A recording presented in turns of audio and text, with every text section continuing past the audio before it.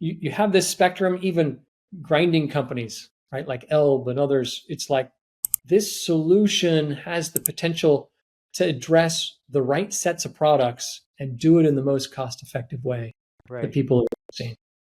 So you just mentioned grinding. So are there more functions of this technology beyond just the additive and I guess the typical machine tool? Like, is there a grinding function? Is there some of that finishing stuff?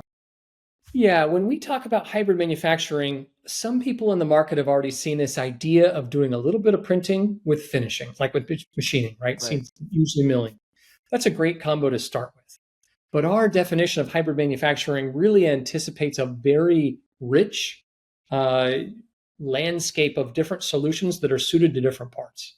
So when you talk about 3D printing, the first thing you really need to talk about is materials, because that determines what type of 3D printing you're going to be doing, Right. and B, usually the stiffness and rigidity of any type of finishing equipment that you need to use to get it finished. So as you get into the nickel-based superalloys and cobalts and other things, as it gets harder and harder and harder, or more and more and more dense, often then you look toward a higher-end machine tool and or grinding. Hey, I'm Nate Wheeler. I am the host of Manufacturing Insiders Podcast. Really want to thank you for joining today. I hope that you learned some really great insights from this manufacturing leader that you're about to hear from. I also hope that you'll go ahead and hit that like button on the video and subscribe to our channel so you can see more of the stuff that comes out as we're continuing to publish content. Every like, every subscribe really helps us get this message out. And the message that we're sharing is really just a message of hope for manufacturers. I understand, I work with you guys every day. I understand how many different obstacles are in your faces, from technology to government regulations to competition from foreign and domestic markets. And I really want to share strategies with you on how to deal with these issues. And I think there's no better way to learn than hearing directly from somebody that solves some of these challenges. Thanks for watching today, and look forward to seeing you soon. So can you tell me, just so I can picture this a little bit better, can you tell me a story of a significant problem that you've solved? Somebody came to you and said, hey, we want to make this part with hybrid manufacturing. And how did you help them out? Sure. So when you say significant problems, they take a couple different shapes. But at kind of the simple end, we have a lot of people. In fact, one of our customers is a plating company, Okay. and they specialize in chrome plating. Well, especially in Europe, but also to a lesser degree here in North America, we are seeing a lot more regulation, a lot of pressure trying to get rid of the chemicals that are involved in hard chrome plating. And so the question is, hey, can you provide a coating onto parts that will be a substitute for hard chrome plating? And the answer is yes. We can use a laser beam and metal powder and create a fine coating that's usually a little thicker than what you would get in a typical chrome plating process. But the ability to do wear resistance and often even the corrosion capability far exceeds some of the chrome coatings that are available now. Wow. And so when you say, hey, what's a big problem? Well, corrosion is a massive problem, right? It's a many-fold billion-dollar problem that the whole world deals with. Now you've got an alternative solution that's economically more friendly. And from a cost perspective, if you look at just the coverage moment, chrome plating may be a little cheaper, but if you look at all the labor involved in masking stuff off and getting it prepped, Right. this is a digitally driven process. So you literally spray it down where you want it, and you don't where you don't need it. So if you look at that whole workflow, you're very cost competitive, often more cost competitive than typical.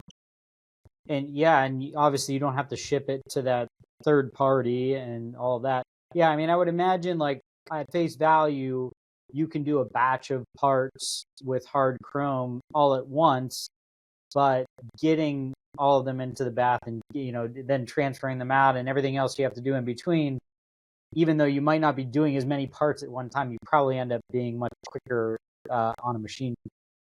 And for a lot of people, it's about trying to shorten that turnaround time, right? Yep. Lots of industries are really based, the quality is fixed, right? The threshold at least is fixed. You have to meet this quality. How do you differentiate? Turnaround time. And if you can pull a process in-house that typically would be something you send out, even if it's a great relationship right, with that subcontractor, it just gives you more flexibility to prioritize and move things around and do it, just turn it around. Yeah, and you said basically any materials you could weld, you could do here, and I'm not aware of that total data set. So if we just think about like some of the common coatings that someone might put on a part after it's done, whether it be you've got your anodizing, you've got your electroplating, you've got your some of those materials that they put on molds to help the parts release. Sure. How many of those could you address with this sort of a solution? So one question we need to start off with, and this is important for anybody who's looking to 3D print stuff, right, and use parts, is do you have the authority to make any changes to A, the composition of what you're putting down, right, or B, to the design? right. And there are plenty of cases where people say, no, I don't have any flexibility on those. You're like, yep, okay, I get it. We're going to use Inconel 718, and it's going to be exactly by the book. Where you are in a position of authority and you've got some flexibility, most people get the best business case when they're able to say, well, the intent of this coating is really wear resistance. Right. But I can use an alternative material. Most people, so many people are like, well, I'm going to make this part and harden it. And it's out of D2 steel, right, tool steel. And they get a very hard part. But we've got, in fact, an entire automotive assembly line here in North America where they've transitioned from doing fully hardened tools to having what they call a relatively soft steel underneath and just a hard shell printed on the outside. Well, why would they do that? And the answer is, as they go through this, it's a stamping die sort of progression on steel panels for a car. As those dies get some damage or they're misaligned by poor setup or something like that, if it's a fully hardened die, they've got to take it off. They have to go get a replacement. It's a long-winded replacement process, right? Yep. Whereas right now they have a hybrid machine that sits alongside that line. Right. They can literally pull it off. They usually have it fixed in 30 to 40 minutes. They can have that line back up running in an hour. Wow. Now, yeah. Some people have a whole second, a second set of dies, which is also understandable, but the investment in that second set of dies is often millions of dollars. Wow. And so for, less than that, a fraction of that, you can have a machine now that allows you this flexibility of saying, I'm going to repair on demand whatever we need and not have to have all that cost tied up sitting around. That's phenomenal. Yeah, and I mean, there's a whole kind of range of implications for die repair, even beyond, making the die with the hardened coating, but, being able to do the kind of electroplating buildup and then to simultaneously almost grind that back to, make that die the original spec, right? That's right. Yep. And we see plenty of people who will start off and maybe in an injection mold context, they're like, hey, this is a mold we're using. We set up the gate at this size. And then as they get into it, they're like, actually, we need to make a little bit of modification. Yep. Well, you can always cut more off. But if you need to add more back on, that's where we come in. You can actually add metal back on, then finish it all and blend it in. And you don't, you haven't lost it. You don't have to make a whole new one from scratch. Okay. So, and in those injection mold dies are, a good example of when they're wanting some sort of lubricity to it, which, normally includes some sort of a Teflon-based material or something to that effect. Is there something that you can accomplish that with? So there are release agents that get sprayed onto a mold. Okay, yeah. We don't do anything with those, right? What we do is provide a base metal that gets shaped, and then whatever you want to spray on, you spray on. Right. There are other cases where the base metal does want to change. And a good example of that is in the glass bottle mold making industry. Yep. The rate at which they can get glass bottles out of a mold is determined by how quickly the heat gets pulled out of that glass. Correct. And so they make them out of brass, right?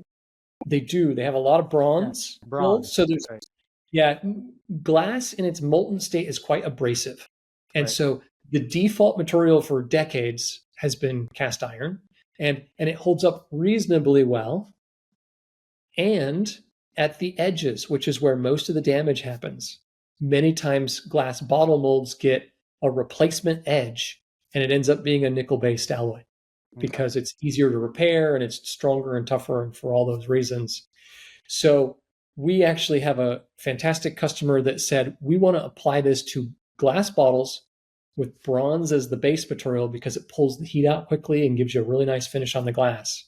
And then we use the laser printing process or the laser deposition process to be able to print those edges up as reinforced edges. Interesting. And it allows them to achieve all of this workflow in a much simpler setup. Wow. That's fascinating. So, somebody, has a machine shop and they're listening to this.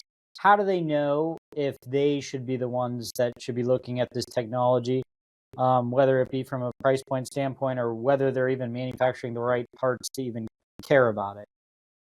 So the solution we provide addresses 3 or 4 things, right? 3 or 4 difficulties. One of the difficulties is, do I have like a wear problem where I'm trying to address a part that's wearing away? Anytime you're in a workflow where it's like, hey, should we weld this up manually? This becomes a really good candidate for that. A lot of people talk about themselves as remanufacturers when they're in that workflow, right? If you're grinding something down as weld prep, you're having to manually weld something back up and then go back and finish it, you're already accustomed to these same ideas. This is an automation solution for it. Right.